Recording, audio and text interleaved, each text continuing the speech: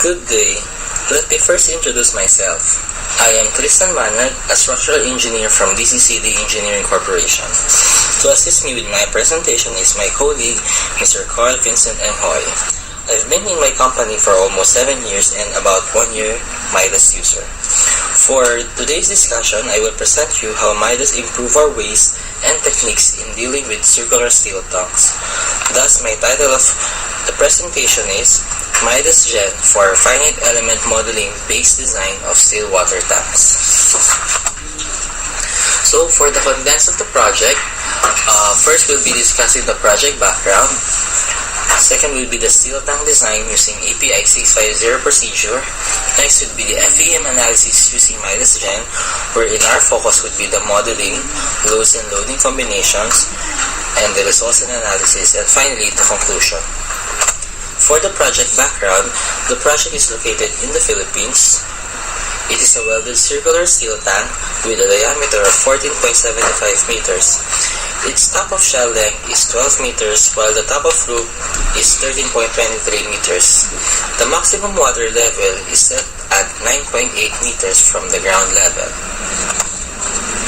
Its roof type is a supported cone roof with a 9.46 degrees Celsius consisting of channels, angle bars, and eye sections. Shell thicknesses ranges from 7 to 10 mm. Sketch and annular plates has a thickness of 8 mm, and the roof plate has a thickness of 7 mm. The steel plates has the following properties: material of A285 grade C, a yield strength of 205 megapascal, an ultimate tensile strength of 380 megapascal, a modulus of elasticity of approximately equal to 200,000 megapascal, and a corrosion allowance of 1.6 mm. So in this slide, you can see the schematic diagram of the steel welded tank. It is divided into 5 shell courses from the bottom. Shell course 1 up to shell course 4 has a height of 2,420 mm, while shell course 5 has a height of 2,320 mm. So, what is API procedure? So, API stands for American Petroleum Institute. Its first edition was published in 1961, and the latest edition was the 12th edition published in 2013. API 650 established the minimum requirement for the material, design, fabrication, erection, and inspection of various types and sizes of welded storage steel tanks. API 650 has limitations. Number 1, it can be only applied to tanks whose entire bottom is uniformly supported, and for tanks that is in non-refrigerated service with a maximum design temperature of 93 degrees Celsius or 200 degrees Fahrenheit. API 650 consists of 10 sections and 25 annexes. For our purpose, we limit our analysis to these particular sections and annexes for the design of steel storage tanks. So Section 5 deals with the design of the tank, Annex E and EC for the seismic design of storage tanks and commentary, Annex C, G, and H for the requirements for the roof design, Annex F and V for the design of storage tanks for small internal and external pressures, and Annex A for the optional design basis for small tanks. So let me focus my discussion on API procedures in 2 major items. First would be the thickness calculation using the 1-foot method. It is indicated in section 5.6. This calculation method is indicated in section 5.6.3 of the code. It is a method of calculating the shell thickness at design points 1 foot above the bottom of each shell course. It is limited to tanks with diameter 61 meters or less. If in case the tank is bigger than this limit, API suggests the use of variable point method, which is also indicated in this code. In our case, since our tank is within this limitation, we will be using this procedure. So 2 equations are used for this method as shown in this slide as equations 1 and 2 in metric units. TD and T sub T are design shell thickness and hydrostatic test shell thickness. D stands for the nominal tank diameter, H for the design liquid level, and G would be the specific gravity of liquid to be stored. CA stands for the corrosion allowance, and SD for the allowable stress at design condition. S sub T is for the allowable stress for the hydrostatic test condition. Values for S sub T and S sub T were derived from section 5.6.2 of the API. These values depends on the tensile and yield strength of the materials used. So using the following parameters, we can see that the assumed thickness for the tank is adequate as per the 1-foot method. The second focus of my discussion under API 650 procedure would be the calculation of dynamic hoop tensile stress due to hydrodynamic pressure. As we all know, this stress can be visualized by cutting the vessel in the longitudinal axis and considering an infinitesimal length as shown in this figure. The internal pressure exerted on the walls will cause the thin walls to be stressed, thus a reaction force will be induced in order to balance the internal pressure on the vessel. It is necessary to design the tank wall using these criteria in order to prevent the tank from failing by bursting.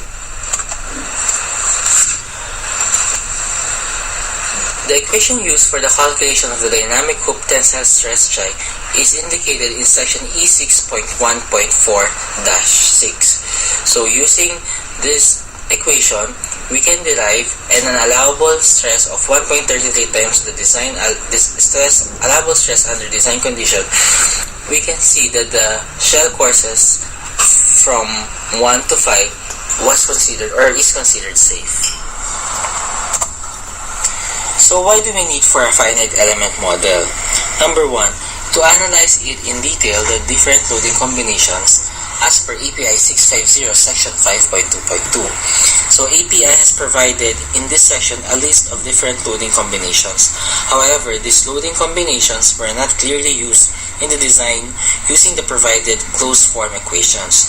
Through the use of finite element model, these different loading combinations can be utilized to calculate the stresses and verify if this would be less than the permitted stress. Number 2, to capture the local effects. Using an FEM, the effects of the loading combinations can be easily interpreted. It can capture and identify specific locations wherein stress concentrations occur in order to address them properly. Number 3, to address the code limitations on stress verification.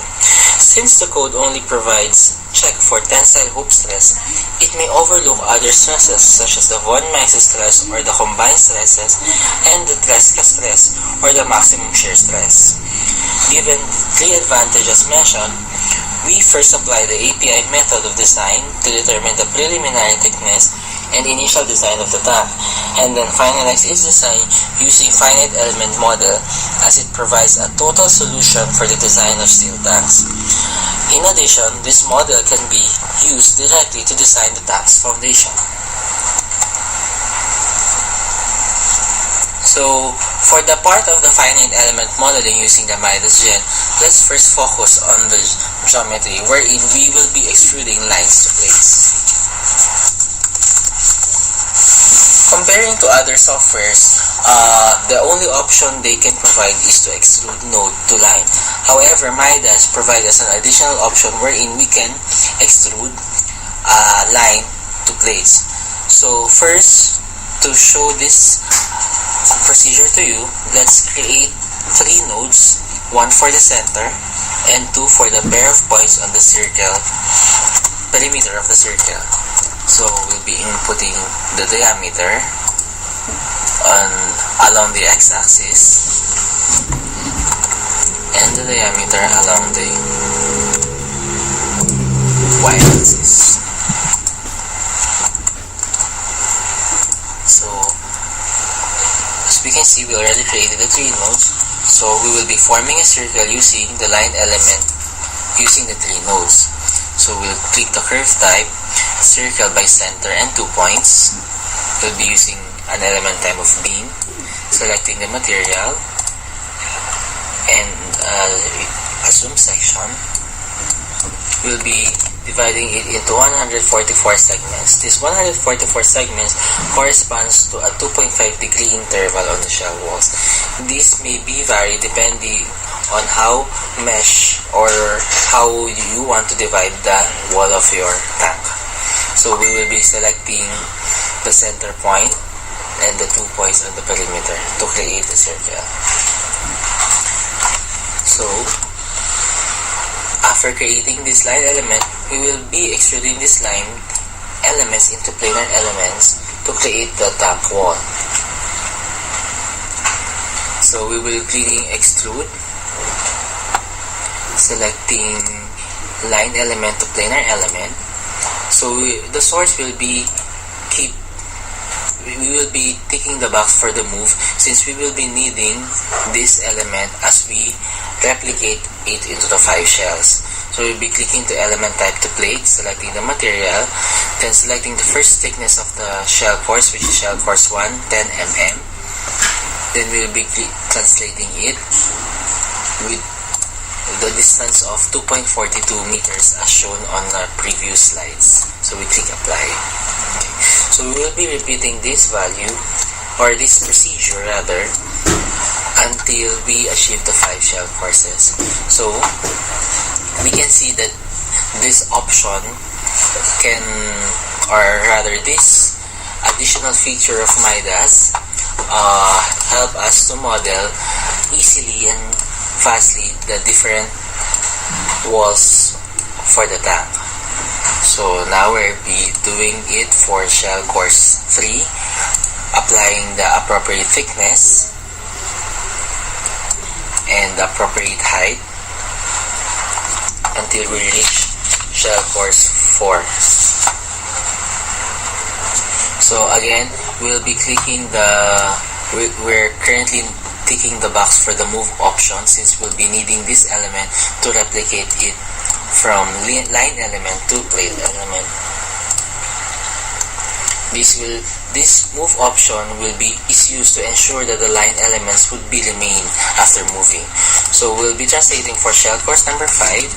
So select the elements, then we'll be changing the height to 2.32. Then click apply. Now we already created the walls of the tank, so we will be meshing these elements in the horizontal direction to achieve finer mesh. So we will be using the divide command. So divide, we'll be clicking planar, then the number of division would be, along the x would be 1 and along the y would be 5 to achieve a 0.5 by 0.5 mesh for the walls. Then that's it. So for the bottom plates, we will then first activating the bottom part of the tank. We will be creating a line element from the side of the circle to the center. Then we will be extruding this line to plane by rotating the line. So let's still click extrude, line to planar element. Now since we will not be needing this arbitrary element, we will be ticking the box for the remove. So we'll be clicking the element type plate, then the material, and the thickness for the bottom plate is 8 mm. Then we'll be clicking the generation type to be rotate. So the number of times will be also 144 to correspond to the number of mesh of the wall, and then 2.5 degree. Then we'll be rotating it on the Z axis, and then click apply. So once this is created, we will be using the automesh function to mesh the bottom plate quickly. So as we click the elements, so the method of automesh will be planar. Select the elements. So type is quadrilateral. Then we will be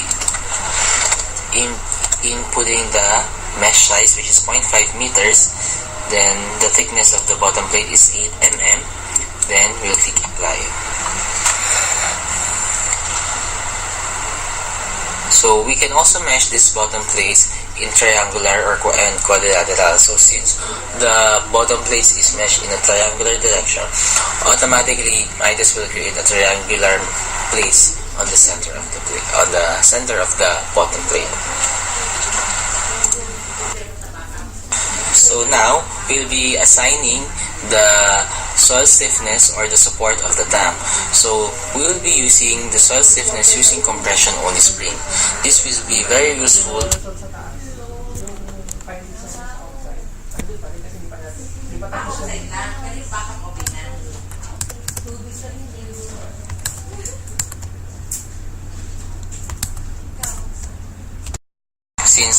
since the bottom tank is resting on either a concrete mat pad or a soil.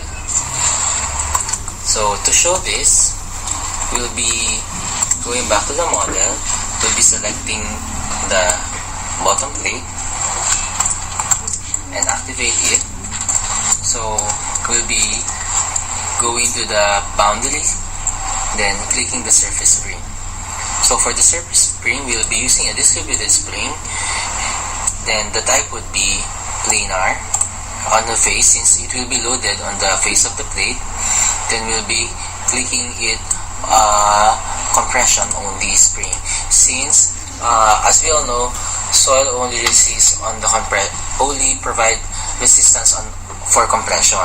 So here we will be assuming 100,000 kilonewton per cubic meter of subwave reaction, since the bottom of the plate is resting on a concrete pad. So if we already have technical data, or your tank being considered is resting on the soil, we can input the vertical subwave reaction in this text box. So then click apply. So as we can see, we already in this user interface, we can see that the soil spring is already assigned on the bottom of the plate. So next, we'll be dealing with the loads and the loading combination. Its method of application and the hydrodynamic pressure. So we'll be focusing on the hydrodynamic pressure. As per Hausner 1963, the distribution of the tank of the hydrodynamic pressure on circular tank is shown in this figure. So an impulsive force and a convective force is loaded on the trailing half and leading half, acting perpendicular to the plates. So in the elevation view, we can see that the loads is varying along the perimeter or along the circumference of the tank and along the vertical axis of the tank. In Midas, we can load this as accurate as possible when we're using MS Excel. However, to load this easily, sometimes we assume different types of loading. So, for example, on the leftmost side of this slide, we can see the theoretical loading if we take, say, strip of the wall.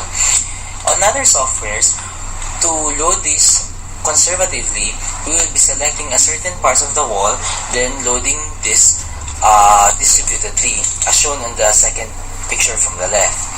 On other softwares, we can also estimate this by loading it trapezoidally using the equation of AX, BY, CZ plus D equals 0. In Midas, you can also use this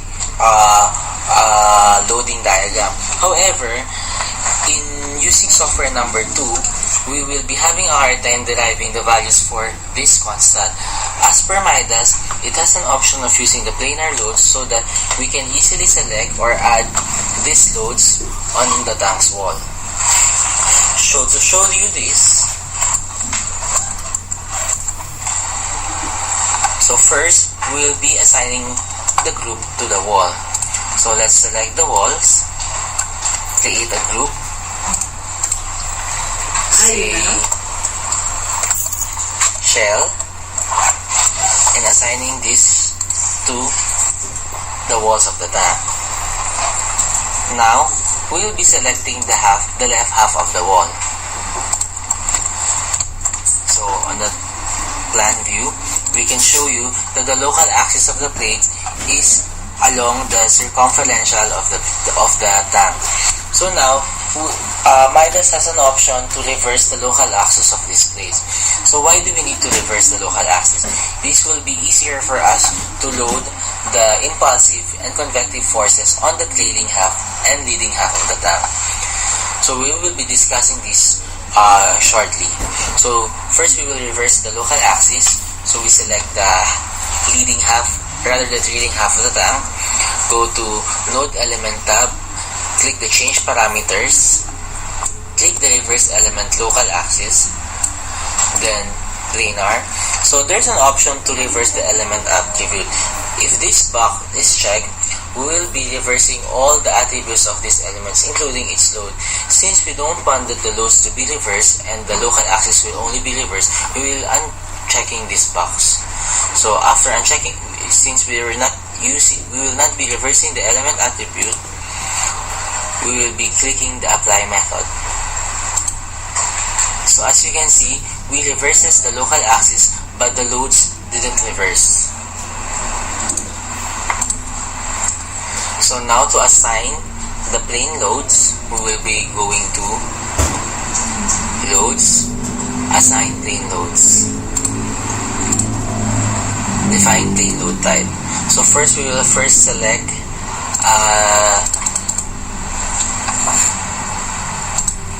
an impulsive. We will be typing a name for impulsive 1. Then we'll be clicking the area for the load type.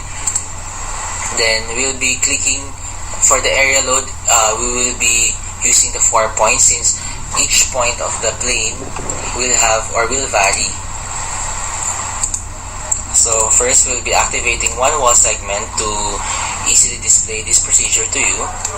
So we will first measure the distance between two nodes along the x-axis. So to determine the distance, we'll be using the query tab, query nodes, click on the first node and on the second node, and we'll be deriving at around 0.322 or 3217 distance. So we'll be using this in this creation of the node. So first we'll be assigning the first point as 0, 0, the second point as 0, then the 9.8, which is the height of the tank or the water level. Then we'll be using the distance we determined, which is 0.32 and 9.8, and for the 0.4 would be 0.32 and 0. So we assume loads such as 35 kilonewtons, 6, 7, and 36 to show you the differences on the loadings. Then we're clicking add. So in this case, since we have created 144 segments, we will be needing at least 36 impulsive forces. For discussion purposes, we will be just showing you 3 impulsive forces. So Midas has an option to input the value, the difference on the loading, and Midas will automatically compute these values. So as we add impulsive force number 2, we'll be also adding impulsive force number 3, wherein we'll be reducing the loads by unit value. So for it's closed, then we'll be applying these loads. So we'll be clicking the quarter of the tank, then we'll be clicking loads, assign plane loads.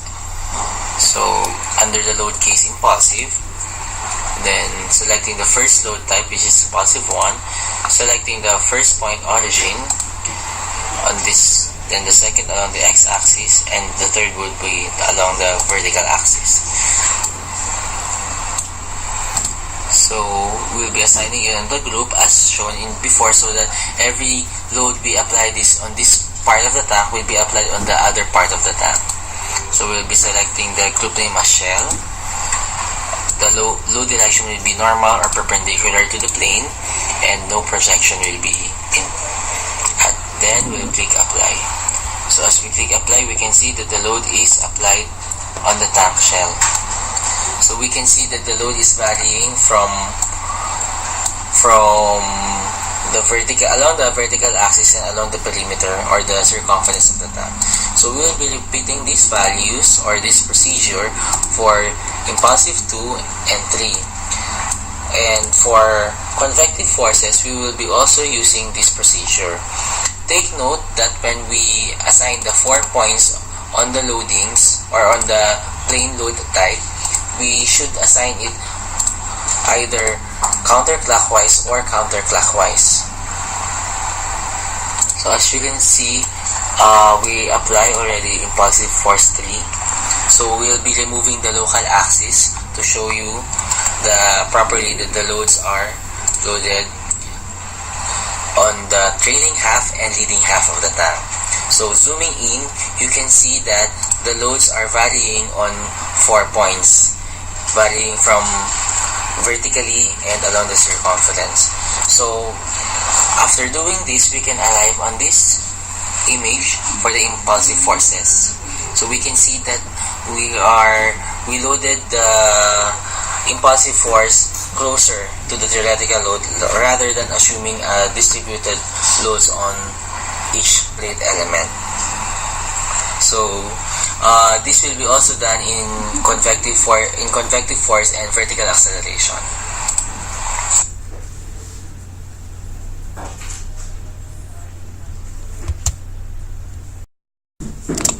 So this is what we've been discussing a while ago on how we will be applying the hydrodynamic pressure using the planar loads. So next would be the earthquake force. So technically, our softwares are designed to have automatic seismic loading using different seismic parameters, but for building structures only.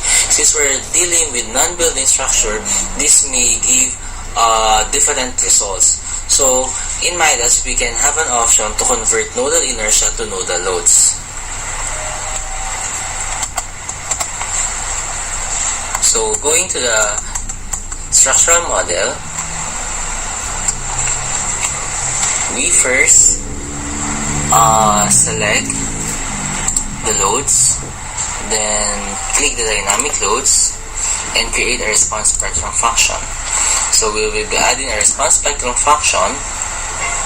So we will be creating our own response spectrum. So we'll be designing spectrum. Since this is located in the Philippines, we'll be using UBC 1997. So we'll be using a user-defined seismic coefficient calculation option or option of automatic. So we'll be using the data for automatic.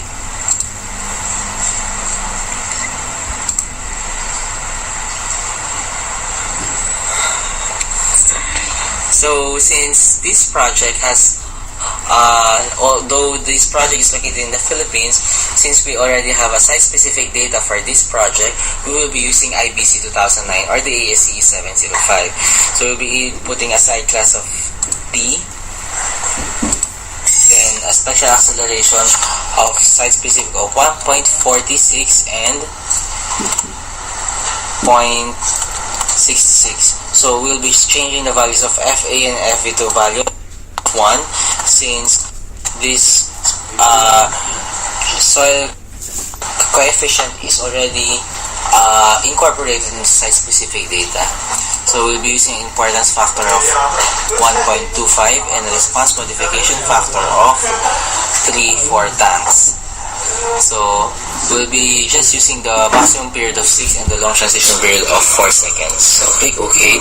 Then we will see now the response spectrum to be used. Then we'll click OK. After which, we will be using the response load cases. Then the load case will say EQX. Now the direction will be X. Then the excitation angle is 0 since we will be acting it on the X direction.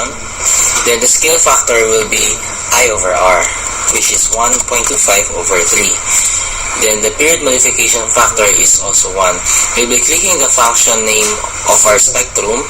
Then we'll be applying the damping method. So the damping method for steel tank is 0.02. Then we'll click OK. Then we'll click the correction by damping ratio and maintain the interpolation of logarithm. Then we'll not needing to click the accidental eccentricity and we'll click add. Then click close.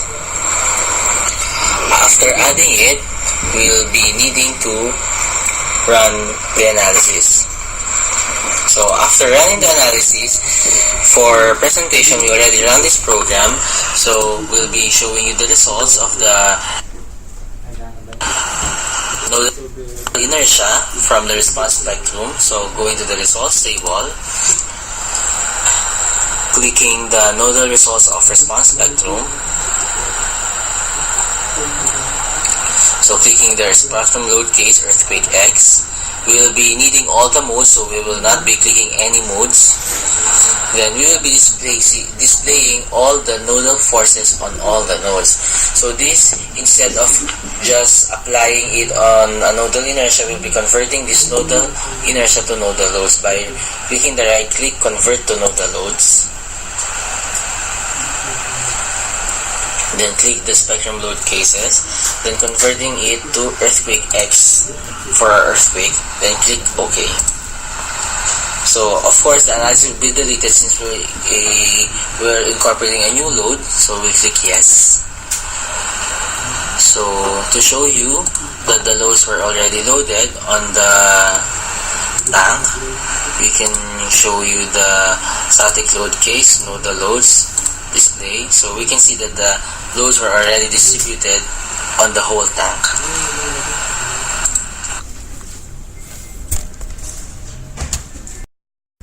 So after running the analysis, we can derive these results. So for each shell course, we can determine the hoop stress, the von Mises stress, and the Tresca stress.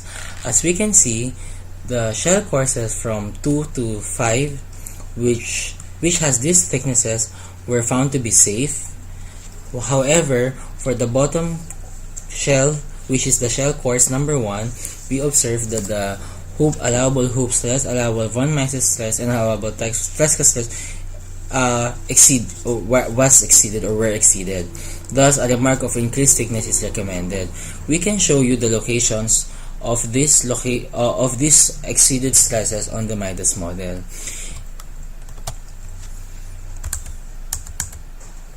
So we can see that the advantages of finite element modeling is that we can easily identify where this maximum stresses occurs under hoop stress. So to determine, so for example, under these load cases, we can select a different load case. So we can select, or we can also select the envelope load case. So we will use the stress option under local to select the sigma XX. So sigma XX corresponds to the hoop stress on the splint element. If you want to see the maximum von Mises or maximum Tresca stress, we'll be using the UCS, then the current UCS. We'll be clicking sigma effective for the maximum von Mises stress or maximum shear or the Tresca stress. Then we will click apply to display the results of this. So also, we will show you or demonstrate you to show you the soil pressure of the adno-base pressure.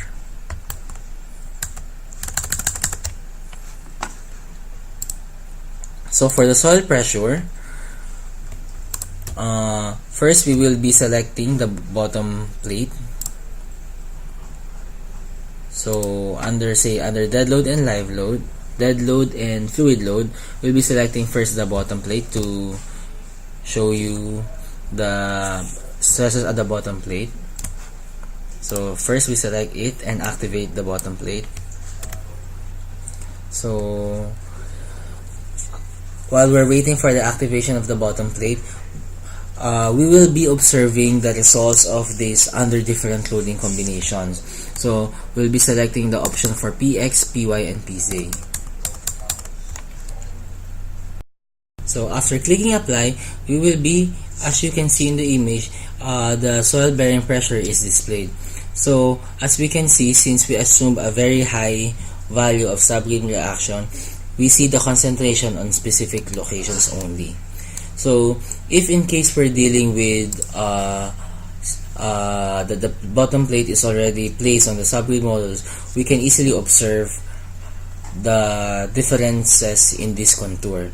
So assuming that this is already that the base of the tank is concrete, we will be needing to design this under the ultimate strength design. So say for example, we forget to put the load cases for the ultimate strength design. So one advantage of Midas is that we can add additional loading combination without running the program. That saves us a lot of time.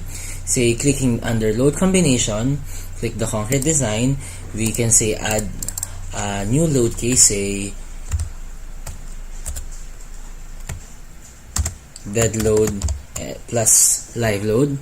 So we add the load cases under including the self weight plus say the roof live load for sample purposes only. Then we change the load factor from 1.4 and 1.7. So for presentation purposes, we'll be adding this, then we'll be clicking close. So as we can see, we can already select this load case and analyze the structure without rerunning the softwares. So another orientation of or another advantage of using Midas is that it can create or change the plate load orientation. So if in circular tanks, this is very useful since we can have an option if we want to put the reinforcement along the orthogonal axis of the tank or along the circumferential and the radial axis of the tank. So we can demonstrate you in this figure. So we close this first. So first we will be displaying the local axis of each plate. So we'll go to display element local axis. So as you can observe that the local axis of each plate are currently not aligned with each other.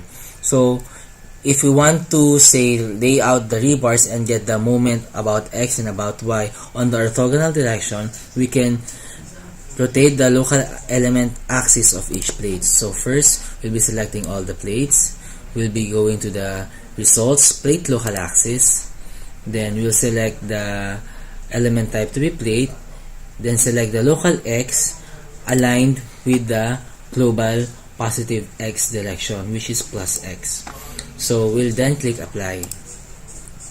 So as we can see, if we zoom in, we will observe that all the local X axis and the Y axis are aligned with the global axis. Now, if we decided to place the reinforcement of this concrete slab along the circumferential and along the radial axis of the tank, we can click, say again, the plate, then select the local X axis to be aligned along the radial axis, which is plus R. So we will be selecting the origin point, which is the center of the bottom slab, then click apply. So as we can see, when we zoom in, now all the local X axis is along the radial axis of the circular tank and the Y axis is along the circumferential of the tank. So we can decide whether we can also use the reference vector if we opt to use a certain axis along the local axis of each plate. So for the conclusion, the main focus of the presentation is to show how Midas Gen improve our finite element modeling or the FEM procedure. Note that FEM serves as a tool to better understand the structure, and API provides preliminary design of the structure. So through the FEM, additional verifications can be done to provide better design solutions. Midas has a number of advantages over other software that can make our analysis more efficient, as shown in this presentation. So thank you for listening and have a good day.